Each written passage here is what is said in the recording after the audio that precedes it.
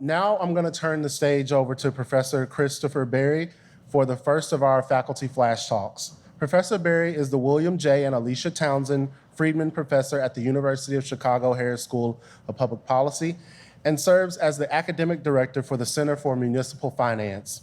He is also the author of Imperfect Union, Representation and Taxation in Multi-Level Governments, winner of the Best Book Award in Urban Politics from the American Political Science Association, and many other scholarly publications. Please welcome Professor Chris Berry.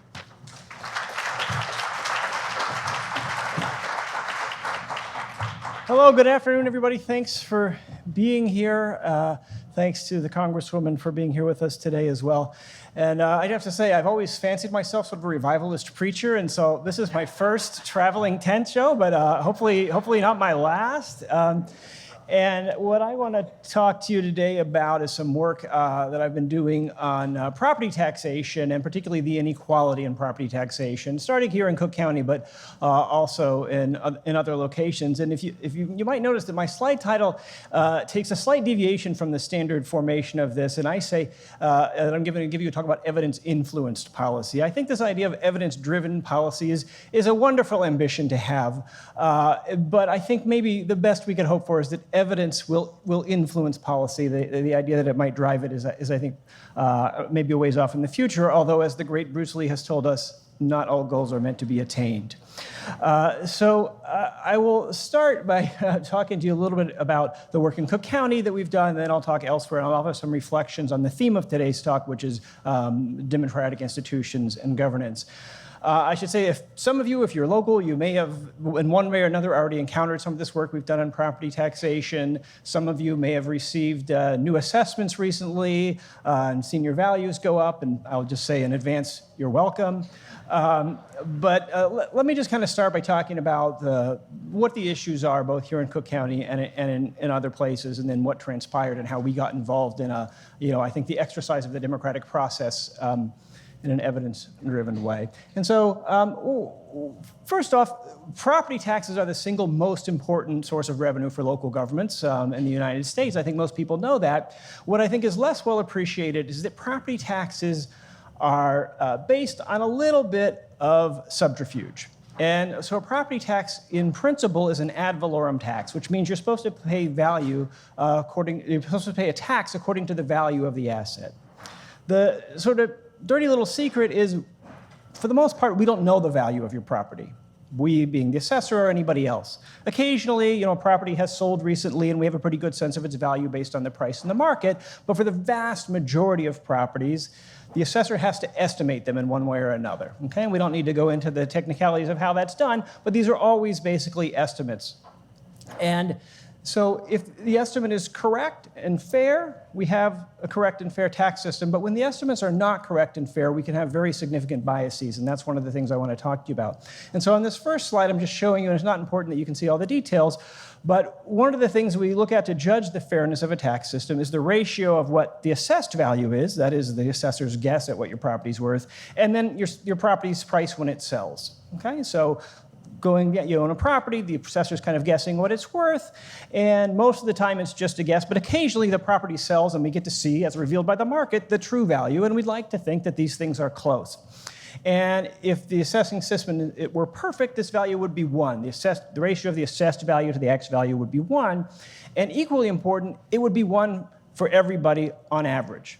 Every assessment doesn't have to be perfect, but we'd like to think, regardless of the value of your home, we're getting it approximately right.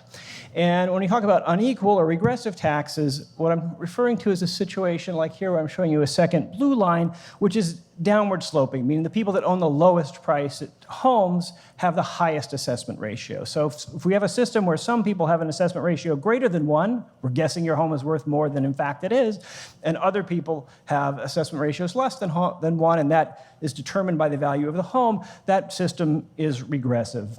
And to cut to the chase about Cook County, and these are sort of hypothetical or theoretical graphs. The next graph I'm going to show you is actual data from Cook County, from research done at my center here at Harris, the Center for Municipal Finance. And what you can see is this looks almost exactly like the hypothetical regressive blue line I had drawn before. For those of you who are curious, each dot is 5% of the data, and this is just the average of its actual sale price and its assessed value.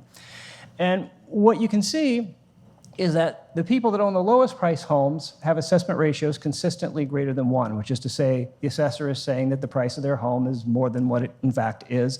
And for people at the top, the values are consistently less than 1.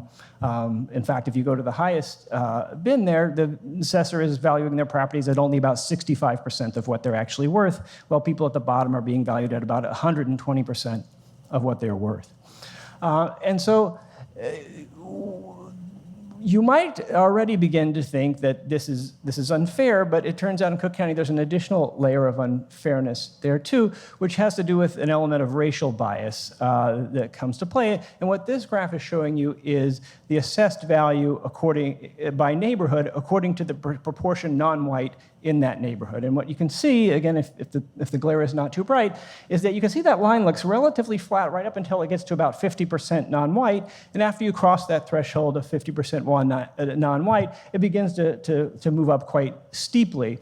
And all this is telling you is that non-white neighborhoods in Chicago and Cook County are paying higher taxes than white neighborhoods. And I would add, and maybe in the time frame we have, I won't go too much into the details, this is over and beyond just the ordinary correlation you would expect when I tell you that low-priced homes are overassessed. So you might say, low-priced homes are overassessed. We know that on average, minority owners have lower-priced homes than white owners, so sure, there's going to be some element of racial bias, but this goes over and beyond what would just be predicted from the value of the homes themselves. So it's a system that is both regressive and unfair and also racially biased. And the amount of money at stake, there we go. Sorry. The amount of money at stake is not trivial.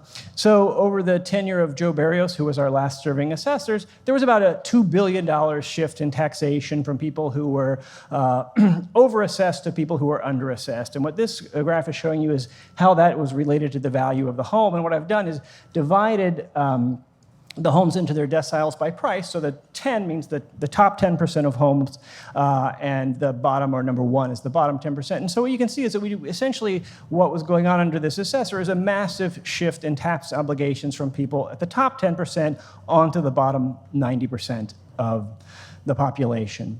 And this is research that we had done in the center and research that I had been working on for many years that really came to the fore because of a series of articles written by Jason Grotto and published in the Chicago Tribune. And I would say, in terms of overall lessons about the democratic process and how this work relates, if it weren't for that, nothing would have happened. And I just think we cannot underestimate the importance of the media attracting public attention to these issues. I certainly was not the first one to do this kind of research. I was not the first one to claim that the tax system was unfair and regressive. You can go back even to the 1970s and find some articles published then making similar claims. And it was really only because of this kind of work, I believe, that public attention came to the issue and ultimately resulted in some changes which some of you may be familiar with and some of you may not. But I'll spend the last few minutes just kind of talking about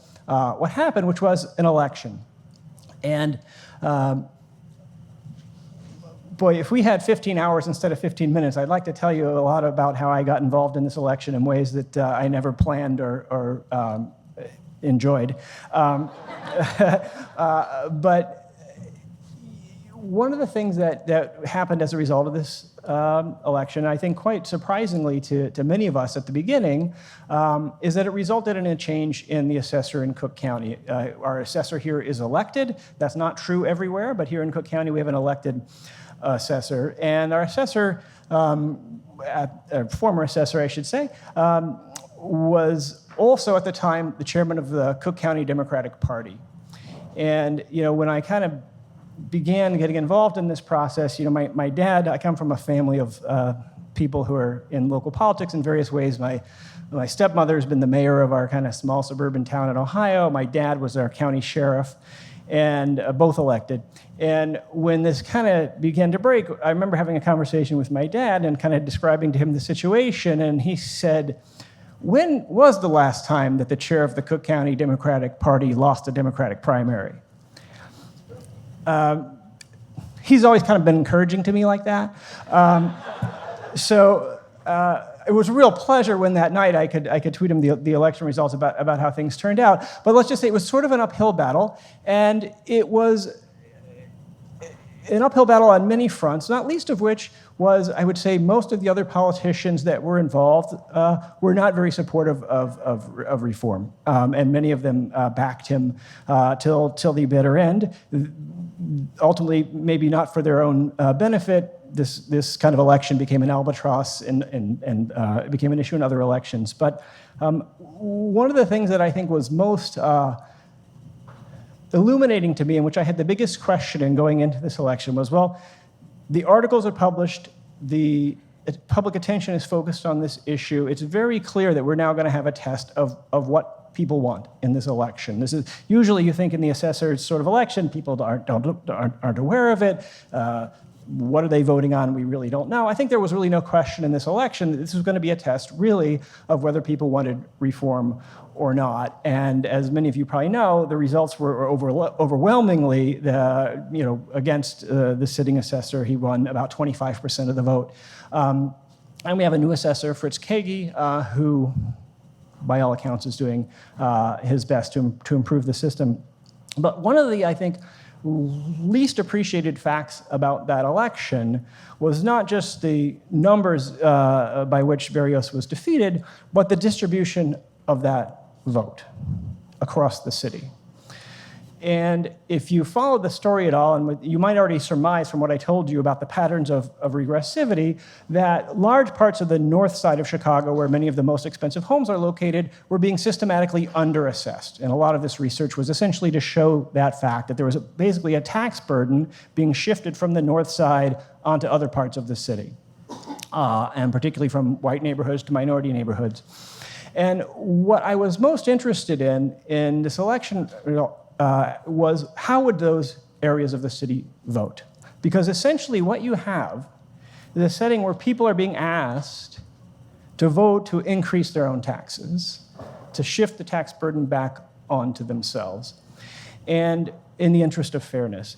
And I think one of the things that did not get covered enough about these elections results is that not only did the north side vote overwhelmingly against Berrios and in favor of his challengers, but even more so than other parts of the city. So Berrios got 35% of the vote countywide, and if you look in, say, the 42nd, 43rd, 44th wards, which are kind of where you think of as being the heart of the north side, he got about 20% of the vote. So if anything, these areas of the city that I think pretty knowingly were voting to fix the system, improve fairness in a way that would disadvantage their pocketbook, were voting, if anything, more than other folks to do so. And I think, when we talk about improving the democratic process, this is one of the, I wouldn't claim by any means that this process was perfect. I had been working on this issue for over a decade before it really began getting public attention. I think there's probably at least another 4 to 8 years of fixing the system. So democracy moves slowly when it works, but I think there's a lesson that it does work under the right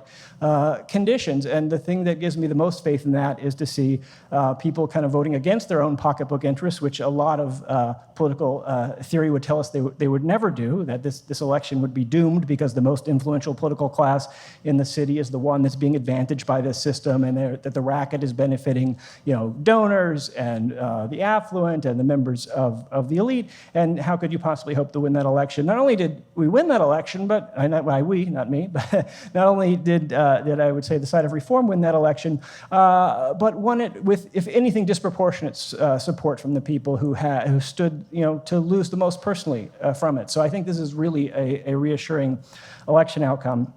Now, I should add that since this time has happened, We've gone on through the Center for Municipal Finance here, and some of you are our funders, and just so thank you for that, to begin studying this same problem in other U.S. cities. And what I can tell you is, unfortunately, this is an endemic problem in most of the major U.S. cities. They look maybe not as bad, some worse, but many very much like Cook County. And that I think the property tax system, which I began by telling you is really the fundamental source of government for state and local governments, is a fundamentally regressive system of taxation as implemented in most places today. And we are beginning to try to take our research elsewhere, and already we're working in Detroit, where not only does it have the same kind of problems of regressivity that we see here in Chicago, but they also will foreclose on your home if you don't pay your taxes. So not only people being overtaxed, they're losing their homes as a result. Fully, 25%, I kid you not, 1 in 4 homes in Detroit has been foreclosed on by the government for failure to pay property taxes. These are not mortgage defaults, these are property tax foreclosures. So we've got a lot of work left, and I hope it all goes as well as what we've seen in Cook County. And I would say the system isn't perfect, but when the stars align in the right way, it can really make a difference, even when you think all the odds are really stacked against you. And thank you for listening. I'll be happy to take questions at the end.